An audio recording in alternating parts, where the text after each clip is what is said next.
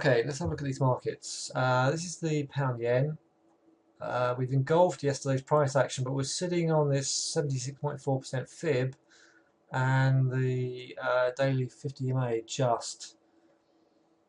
So not easy to work with that. The highs are sold and the lows are bought. So this is the Sunday hammer that it's rested on and had a little bounce from. But it has engulfed yesterday's price action, and it is following these two heavy days of selling last week. So I think we need to look for shorts, ideally around about the weekly pivot, which is 170. But if you're going to short anything, I wouldn't short that one. I would short this one. This is the euro yen. This is under the 50 EMA, so I'd much rather short something that's under the 50 EMA. Now 140 there, I think is a better bet, but the risk-all ratio is rubbish because you've got all this support underneath it. If you're in it from the video at the weekend, well done, but just be careful. I mean, we've got weak markets, but I think what we're seeing in the markets is a market that's adjusting to tapering and the concept of an increase in interest rates. The market ain't going to like that, but it is going to have to price this. It's already beginning to price this in and get used to it. So yeah, I've got an alert for 840 to short that. So I'll be looking to short the Dow there intraday to see if we can at least test the 200 and ultimately the 127 extension. Okay, so I'm expecting more selling, plenty of red in that chart.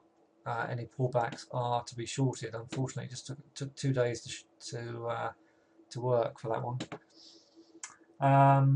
Let's look at the dollar pairs. The dollar is still weak, which is a concern because if we've got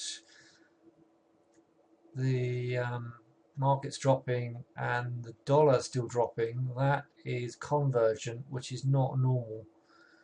So if we get to a stage where the market is still dropping and the dollar is still dropping further, I think we may see what's happening in Turkey, where the Fed will have to use a sharper tool to prop it up in the form of a rate increase, which the market certainly will not like. So far this is a very choppy January, a very weak start to the year.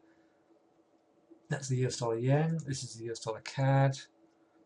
So you had a 60-minute reversal bar on it, and I suggested you wouldn't want to short that, and quite so, it's closing higher.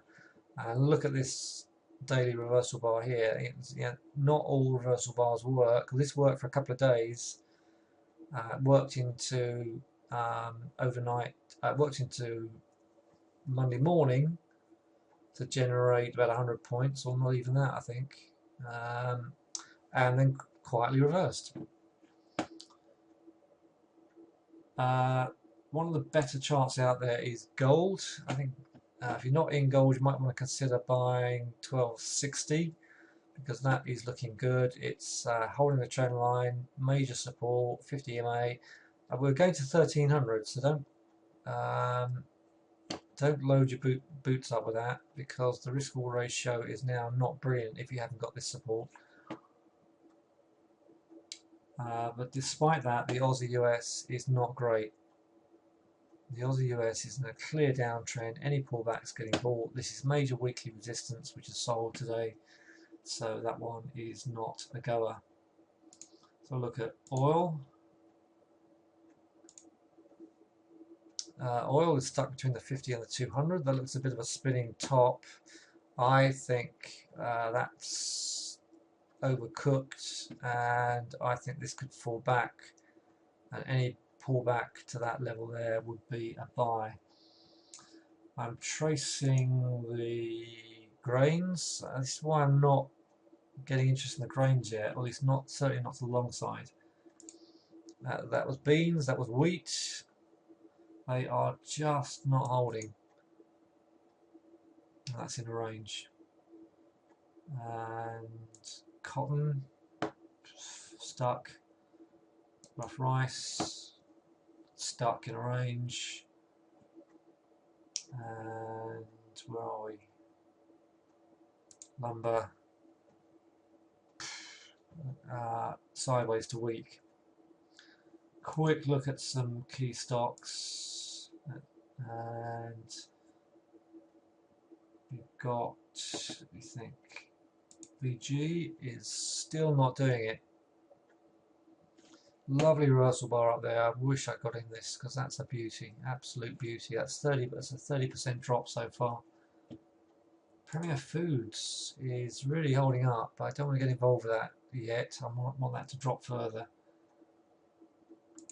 Sainsbury's, nasty. Tesco's is trying to hold but not looking good, and Barclays, keep an eye on Barclays. I mean, that's weak, that's getting messy, but if we can start to hold this area here, I might be interested. And shorts, I got out of Yahoo too quickly because that's still dropping. If I can find it on the chart.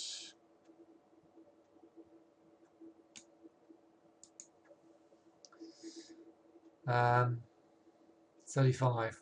Great short up there. Great wedge breakdown on Yahoo. Excuse me. I'm having a look at. Let's look at PEP. Ooh. Ooh, ooh, ooh. That is not nice. 50 EMA. Yeah, when you get all the other moving averages out of it, you can see what they've been doing to it. This 82.56 was resistance, 84 was major resistance, then they started selling at 82.50, and now they've just pulled the plug on it. I'm interested in this one here, NFLX.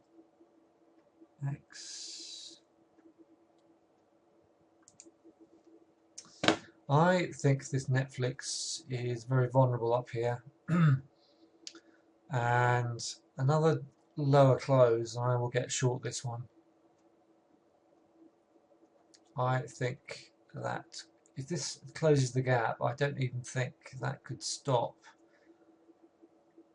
But yeah, I'm not going to start adding my beliefs to this. I need to start just concentrating on the chart.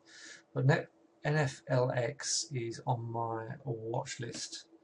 A couple of my favourite UK stocks. eShore coming down, trying to hold. Man Group sideways, and so on. Then we'll leave it there. So I hope that helps, and see you in the next update.